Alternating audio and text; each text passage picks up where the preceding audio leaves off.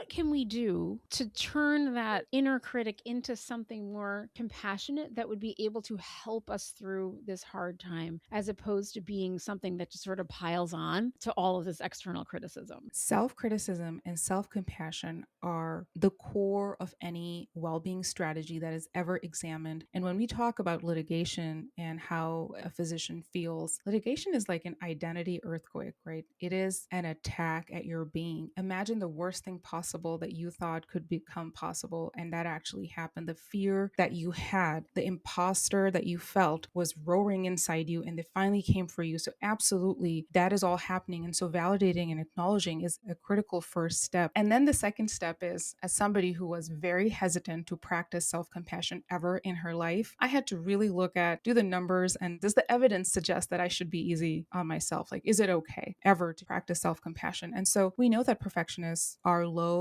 on self compassion and high in self criticism in a moment that is so horrible. It's just so horrible. There are no words to express this experience for anyone. All parties involved are suffering. We know that humans that are self compassionate actually take more responsibility for their actions instead of putting this off to the other person. And so self compassion is critical to be your own ally in moments of harshness. Objectively, if you ask me, what does data suggest for anybody listening? Should you practice self compassion? Absolutely. Whether you're going through this horrible incident or not, whether you're living in fear of litigation, wherever you're at, or if you're not even a clinician and you're listening in today, self compassion across the board is critical. In this extremely difficult scenario, a way that can be super helpful is to just step away from our body and look at the experience and witness it through a third person's perspective. That can be really insightful. And ask yourself this question: in this extremely challenging moment, would you ever talk to a peer, a colleague, the way you're talking to yourself?